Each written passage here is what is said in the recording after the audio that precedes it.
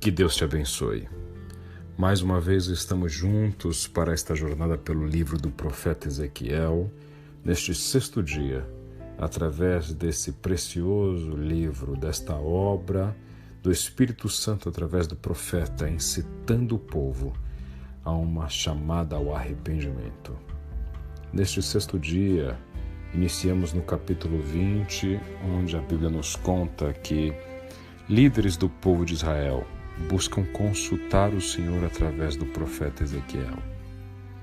Quando os recebe, o Senhor diz através do profeta: não lhes direi coisa alguma. E diz: filho do homem, apresente acusações contra eles e condene-os. E o Senhor então passa a historiar a sua relação com Israel. Fica claro e evidente que a relação de Deus com Israel é uma relação de graça. Deus não recebeu nada em troca.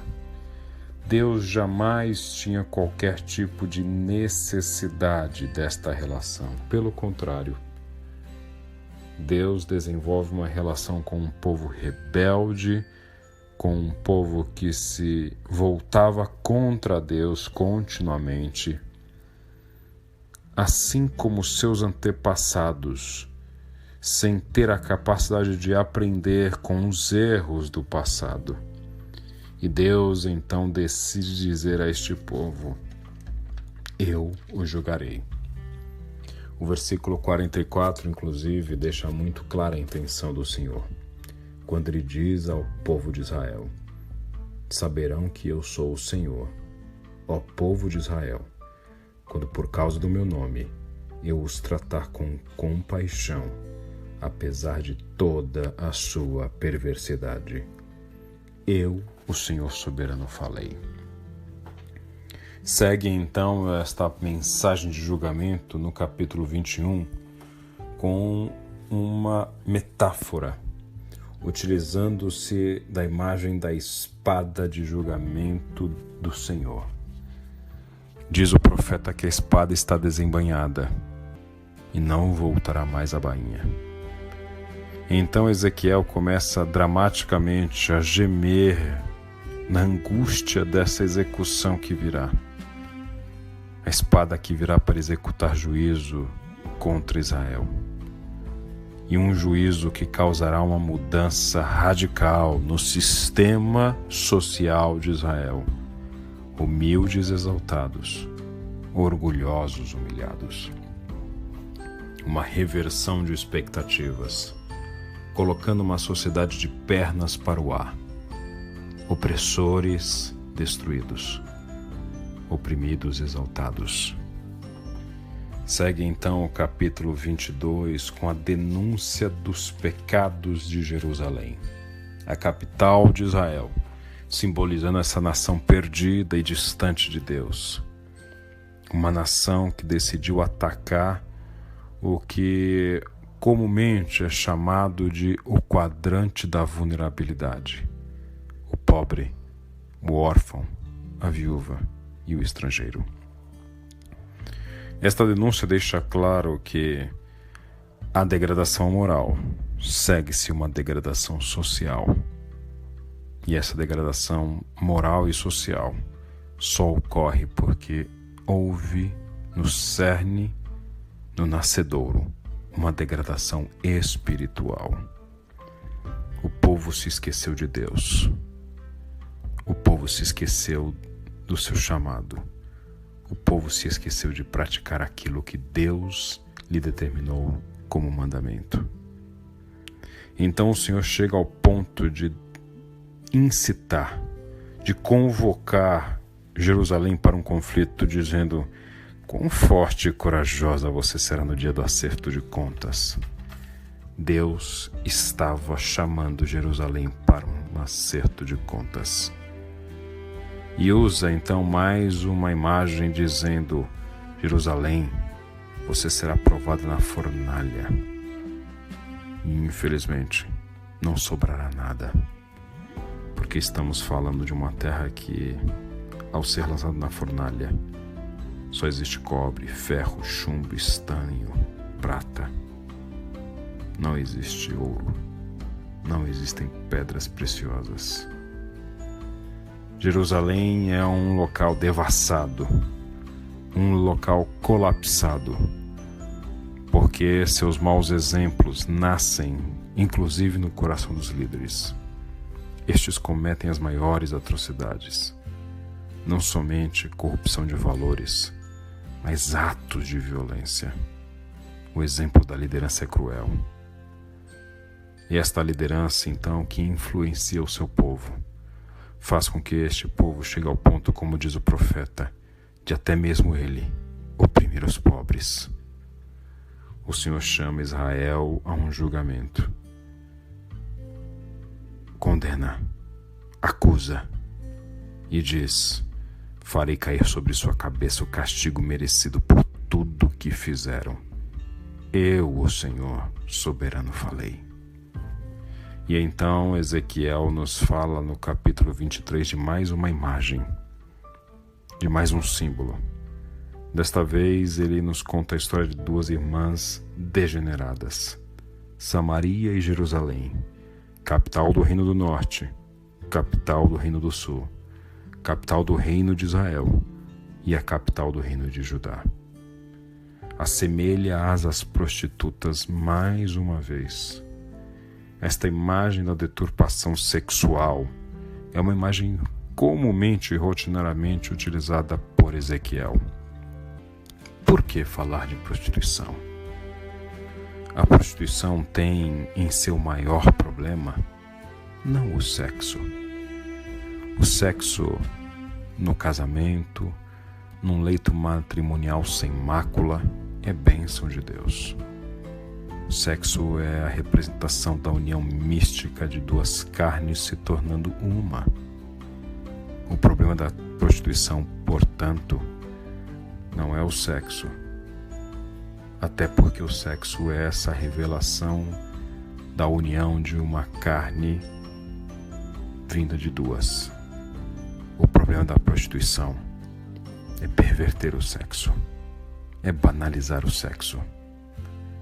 A prostituição é uma demonstração de um pecado cruel, porque faz daquilo de tão sagrado algo sujo, imundo.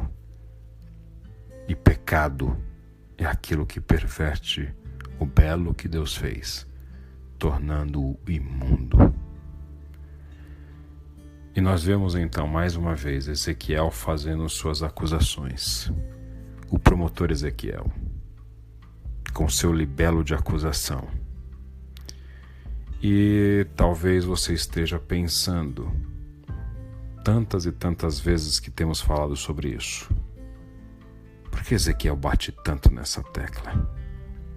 Por que Ezequiel nos cansa com seu discurso recorrente, quiçá repetitivo, de acusar o povo dos seus pecados, dos seus pecados, dos seus pecados? Um povo rebelde. Não é por acaso que somente no livro de Ezequiel 74 vezes se repete a expressão eu sou o Senhor, eu sou o Senhor. Porque rebeldia é quando o servo acha que pode mandar em si mesmo. E o Senhor então precisa lembrá-lo: eu sou o Senhor. A grande questão que muitos podem se fazer quando ouvem essas mensagens recorrentes de Ezequiel, falando em nome de Deus a respeito de um convite, um chamamento ao arrependimento, é porque Deus chama a atenção de um povo rebelde. Por que Deus fica gastando tantas e tantas linhas de um livro, tanto e tanto tempo inspirando um profeta para falar a respeito da rebeldia de um povo? Faça o paralelo de um pai chamando a atenção de um seu filho.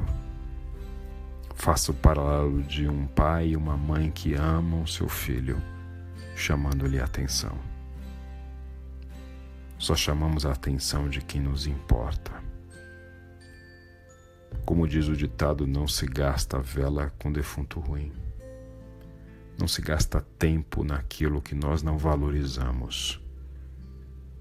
Só chama a atenção o pai que se importa com seu filho, que o ama, que por mais que esteja desgostoso dele, tem a expectativa de que este filho se arrependa e viva uma vida longe do erro.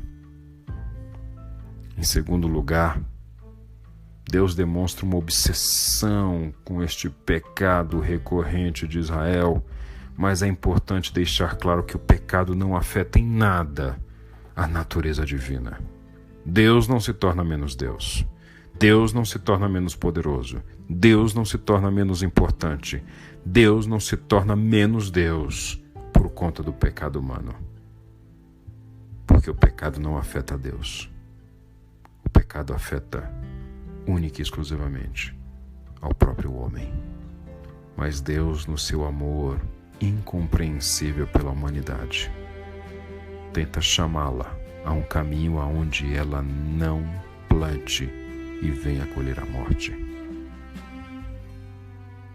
E por fim, Ezequiel é recorrente em ser um profeta de Deus para falar a respeito dos erros do povo, da doença e da chaga no coração do povo de Israel, porque sua chance de cura, a partir do momento em que a doença é diagnosticada. Somente quando percebemos que estamos no erro é que podemos, a partir daí, cotejar e considerar soluções, conversões, mudança de rumos. Por isso, encerro lembrando o que diz o profeta no capítulo 18, versículo 23. Deus inspira Ezequiel para dizer: vocês acham que eu gosto de ver os perversos morrerem? Diz o Senhor soberano: claro que não. Meu desejo é que eles se afastem de seus maus caminhos e vivam. Deus só nos disciplina. Deus só usa seus profetas para nos falar a respeito de nossos caminhos de morte. Deus só nos confronta em nosso pecado por conta do seu amor indescritível, incompreensível, irrazoável por uma humanidade obstinada. Este amor expresso no Jesus de Nazaré, seu Filho crucificado pelos nossos pecados, para com o seu sangue redimir-nos de toda a nossa culpa, por conta deste amor, imenso amor, de tal maneira, amados, que Deus não nos abandona, mesmo quando envoltos nos maiores pecados e culpas. Por isso, Deus não desiste de nos chamar ao arrependimento. Por isso Ezequiel continua falando aos nossos corações, tantos séculos mais tarde. Não faça os teus ouvidos moucos. Não deixe que o seu coração não seja tocado pelo chamado ao arrependimento. Que seja assim com você e comigo, hoje e sempre. Que Deus te abençoe.